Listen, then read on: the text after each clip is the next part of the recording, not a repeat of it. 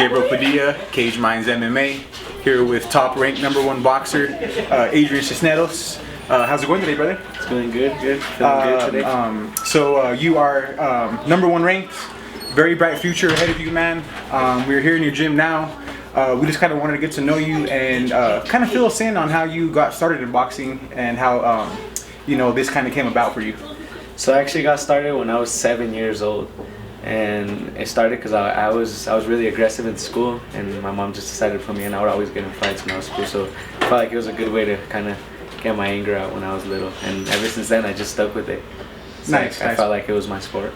So who initially introduced you and brought you into your first actual boxing gym?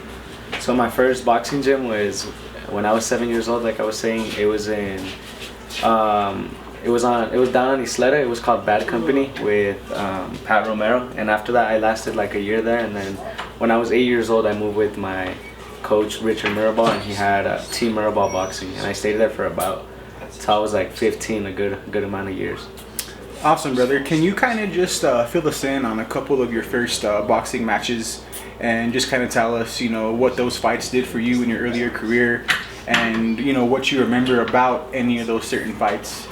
I actually remember losing my first 4 amateur fights, and losing those, it was like I learned a lot, because after that I remember going on a winning streak for like about 15-20 bouts, and those first 4 fights I remember they taught me a lot. They taught me about my head movement.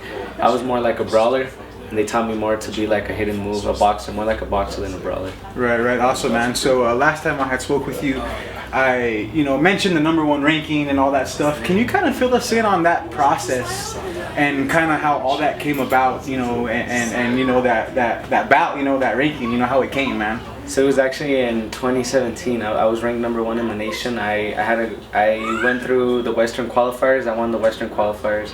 I won state. I won the regionals out in Arizona, and then for nationals I actually got 4th place.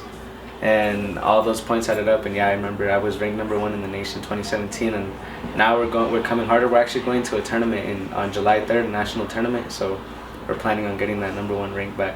Nice, man. So kind of just explain, how you felt that day, and kind of, what that did for your boxing career, and kind of the doors and things that opened up for you.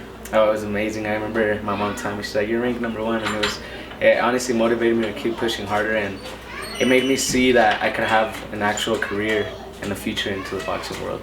Nice, man. And I know speaking with you, inside and outside the camera, you were talking about your future. Can you kind of just let us in, without giving too much away, what I mean, on what you have planned for yourself and, what the future does hold for you, man? Honestly, right now we have planned to still keep catching a couple of these national tournaments. I was saying we're going to go to a national tournament on June 3rd.